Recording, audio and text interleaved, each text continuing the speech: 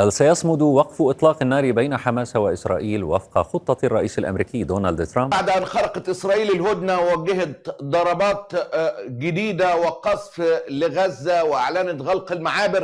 الخارجية الأمريكية قالت إنها أبلغت الدول الضامنة بتقارير موثوقة عن انتهاك وشيك للاتفاق من جانب حماس. إسرائيل تريد وناوية كل النية للعودة للحرب بعد أن حصلت على الأسرى بدعم عربي خليجي وليس أمريكي.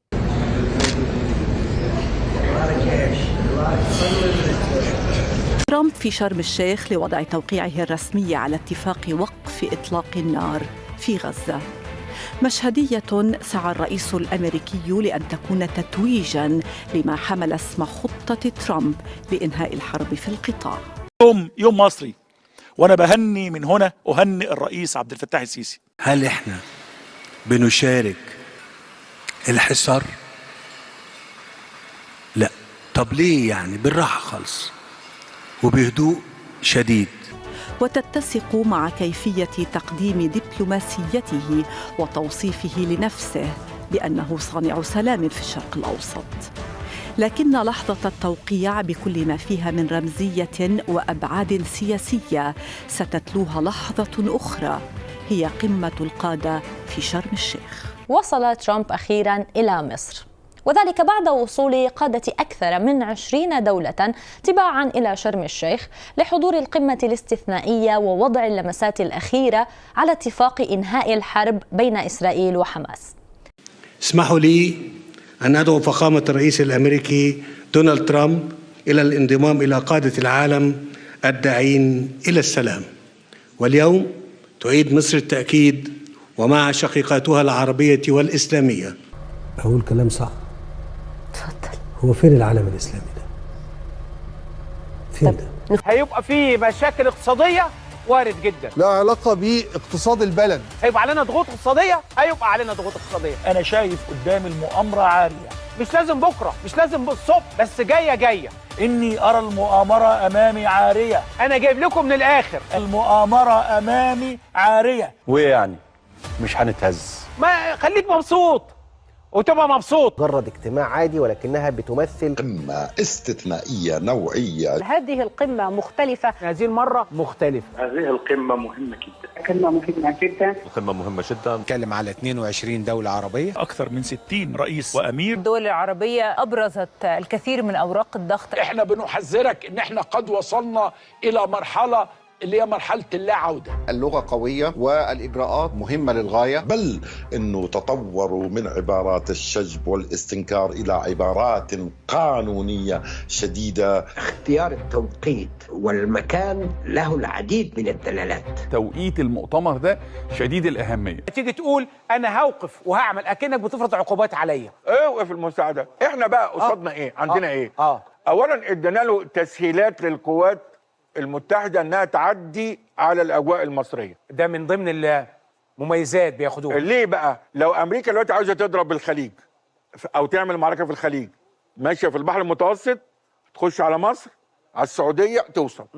طب لو مصر قفلت السكة دي هيضطر يخش فين؟ اسرائيل، على الاردن، على سوريا. الحتت دي كلها غير مؤمنة. ده واحد بتاع ده بسام 7 قاعد في سوريا هيضرب الطيارة يوقعها. اذا هو مستفيد من سماح المرور اللي احنا بنديها. ايوه. فوق مصر في الاجواء المصريه. في الاجواء المصريه. انت بتسمح في قناه السويس بمرور مبكر للقطع البحريه الامريكيه. مثلا حامله طيارات داخله. نعم. ما تستناش الدور. ليه؟ اولويه المرور على طول. ما تقفش في الدور. نعم. خش. ده خلاص قرار بقى من يومها. نعم. فالنهارده انت في ايدك تولز برضه. انما يقعد يقول لك امبارح انا اوقف المساعده. في كلمه عايز توجهها لترامب دلوقتي تقول له يا استاذ هشام. قول له اتقي ربنا. قول له اتقي ربنا، في اخره، في حساب، في ربنا وربنا ده عدل، وربنا سبحانه وتعالى لن يقبل بالظلم. ترامب يوقع امرا تنفيذيا لانشاء مكتب البيت الابيض للايمان بالصلاة على النبي. عمل حاجة اسمها مكتب الإيمان في البيت الأبيض. بيقول فلنعد الله إلى حياتنا. يا رب يا رب. يعني أنا أهو الصورة قدام حضراتكم أهو. أنا بقول للرئيس المؤمن دونالد ترامب، حكم ضميرك في قراراتك الأول وشوف هي ترضي ربنا ولا لا. نستورد من عدونا كل ادواتنا. طب مش هيديك السلاح تعمل ايه؟ هل نحن بهذه القدره؟ لا. مش هنقف نتصدى للاسد. يا ما كانوا بيقولوا حد قال مفيش حاجه اسمها اسرائيل، هنزيل اسرائيل من على الخريطه، كانوا بيقولوا كده، اوهام طبعا. اسرائيل موجوده رغما عنك وعن العالم. ما من دوله تستطيع ان تلجم اسرائيل. وجود الاحتلال الاسرائيلي لمعبر رفح. طيب كويس، نستنكر يعني. هنستنكر وبنستنكر وبنطلع بيانات، نستنكر ونرفض ونحتج وممكن نلجأ للأمم المتحدة، إنما ولا حبة عرق واحدة تنزل من جبين عسكري مصري عشان خاطر معبر رفح الفلسطيني. الاحتلال الاسرائيلي قصف موقع مصري اصيب بقذيفه اسرائيليه. يا خبر اسود ومنيل. احنا استفزونا جامد جدا. يلا نحارب اسرائيل. يلا فين الجيش ايه يا عم في ايه؟ هو اي كلام. عايزك تكون هادي. الجانب الصهيوني اعتذر وتعتذر قالوا احنا مش ما هم خد بالك. قال لك ايه بقى؟ هنسيطر على فيلادلفيا. يا خبر اسود ومنيل. ويدلك الدبابه ويرفع لك العلم الاسرائيلي على رفح الفلسطينيه. عايزك تكون هادي. محور فيلادلفيا ده ارض فلسطينيه. كانت اسرائيل عملت ايه بقى اللوحه الثانيه؟ استشهاد احد العناصر المكلفه بالتامين. احد عناصر التامين. عنصر التامين. عنصر التامين. هيبتدي الناس يقول لك طب هم ما قالوش اسماء الناس ليه؟ حتى لا تاخذها اسرائيل ذريعه ان احنا خالفنا الاتفاقيه. هو اسمه ايه مش هتفرق معانا يعني، بيبقى يعني جهل لا يضر وعلم لا ينفع. تخلصت من كافه اوجه الانفاق من 2014. ده احنا بقى لنا 10 سنين شغالين على الانفاق، وعندنا مسلسلات عملناها دراما عشان الانفاق. الانفاق اغلقت ومغرقه بالماء دلوقتي. فكره الميه دي احنا اول ناس استخدمناها. كان في 2000 نفق موجودين. نعم. رحنا ناقلين ميه البحر الاحمر على كل خط الحدود. اما الميه بتقعد مع التراب بتتقل متوسط فبتغرق. امال احنا عملنا اخلاء لمنطقه على الحدود ليه؟ كان فيها انفاق بتعدي عربيات. نعم. كانوا بياخدوا انابيب البوتاجاز من مصر والعيش وكل حاجه. عملنا سور خرساني بيرتفع 6 وتحت الارض 6 عشان اضرب الانفاق. عملنا ده وعملناه ايه؟ تحت الارض وفوق الارض. لو نمله عدت مش هتتساب. لا فوق الارض ولا تحت الارض. اذا قرر نتنياهو فرض امر واقع بتهجير الفلسطينيين الى سيناء. تهجير الى سيناء؟ نعم هو بيقول كده. لا هو عمره ما قال كده. هو قال كده؟ ده لو قال كده نحاسبه قدام محاكم الدنيا. جه الامريكان النهارده وقالوا لك ايه؟ انا هشيل ديونك، انا هنهي لك الموضوع الاثيوبي، انا 1 2 3 4 اللي انت عايزه اؤمر وحط ال 100,000 دول عندك. هتتوقف على المفوض المصري. عندي تحت سيادتي داخل اراضي داخل حدودي.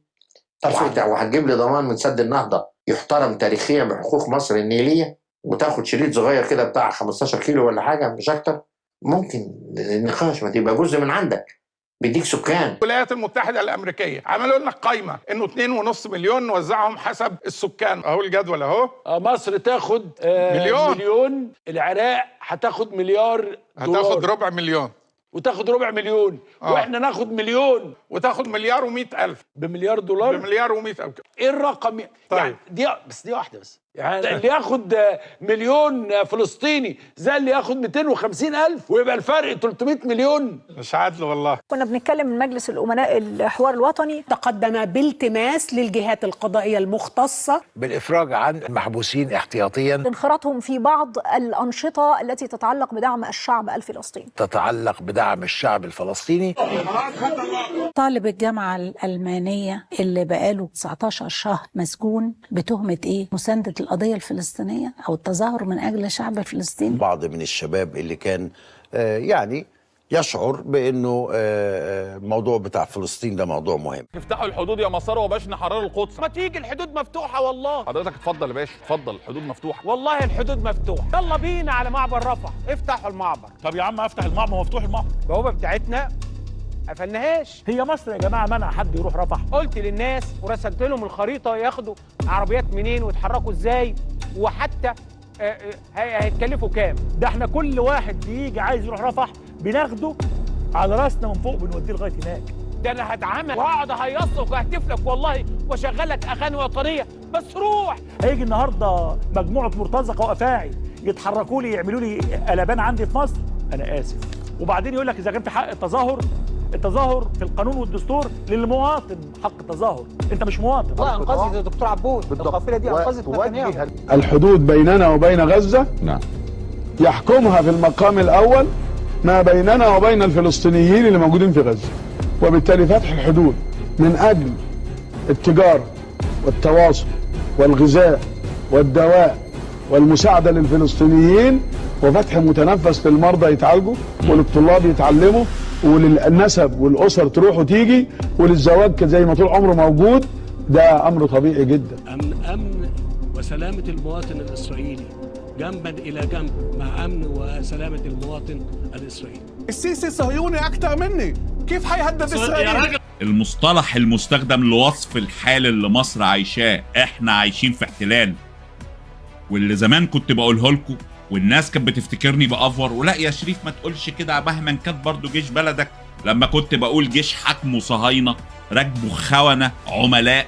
ما بقتش لاقي حاجة أشكره عليها. عبد الفتاح السيسي القائد العام للقوات المسلحة يؤدي دور الممثل العاطفي الذي يستجلب رضا الناس، انه يعولوا على الجيش وتاني يوم الصبح يكتب وائل الإبراشي وإبراهيم عيسى وبتاع الوفد وبتاع المصري اليوم وبتاع اليوم السابع وبتاع الدستور وبتاع صوت الأمة وبتاع الفجر وبتاع كله يكتب تاني يوم عولوا على الجيش، اعتمدوا على الجيش هو الأمل.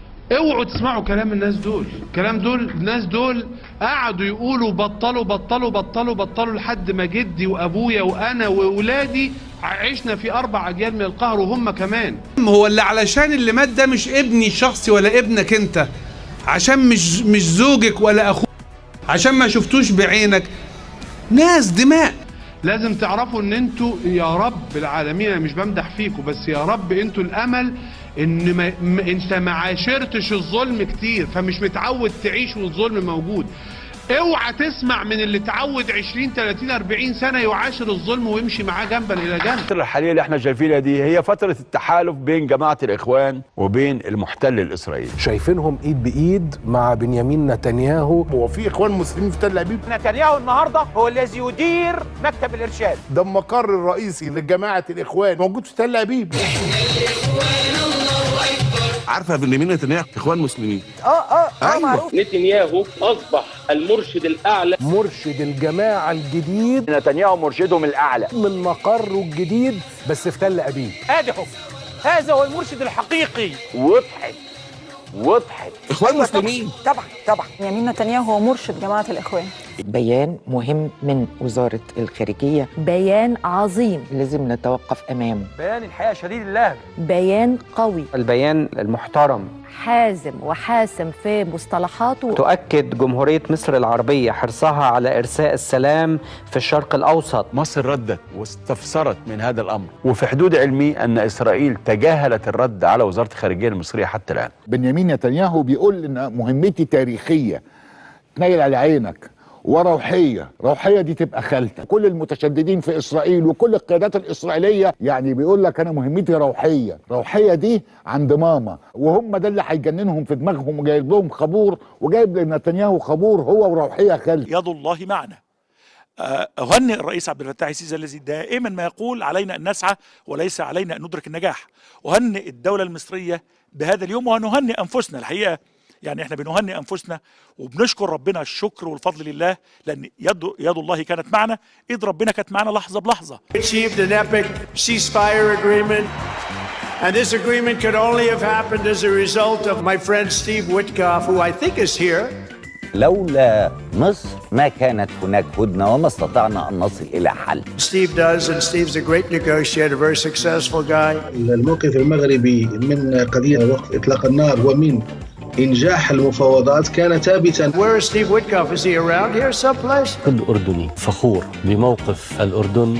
إحنا سخرنا كافة أدواتنا. Where is Steve Witkoff? Türkiye Cumhuriyeti bu konuda biliyorsunuz en başrol oynayan tam ülkelerin başında geliyor. Where is Steve? للعراق موقف كبير جدا للوصول إلى وقف إطلاق النار. احنا الأكثر اهتماما وحملا للهموم القضية الفلسطينية. الحرب دي كلها اللي بيدفع الضريبة بتاعتها مصر.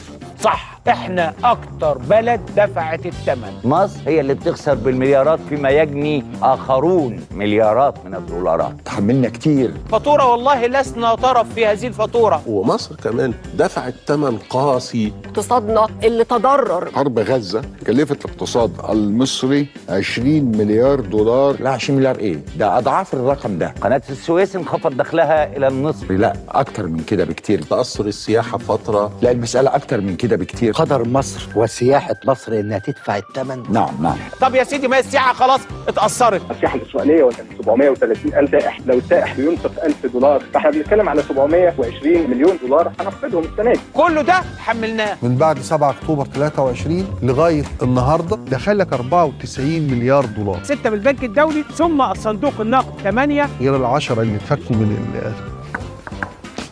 في مليار زيادة من صندوق آخر. الحكومة الأمريكية بتصرف المعونة بدون خصومات، بدون استقطاعات، في عز الاضطراب السياسي. الفلوس حاضر يا فندم. 4 سنين اللي فاتت بتاع جو بايدن احنا ما خدناش $1.3 فاتجمعوا النهارده بقوا حوالي 5 وشويه. فجو بايدن قبل ما يمشي قال لك بيدي لا بيد عمرو وراح مدينا ال5 مليار. فين الفلوس؟ الفلوس هاخدها كاش. طب اللي معهوش ما يلزموش هاخده ايه يا فندم؟ كاش. هاخد الفلوس للكاش.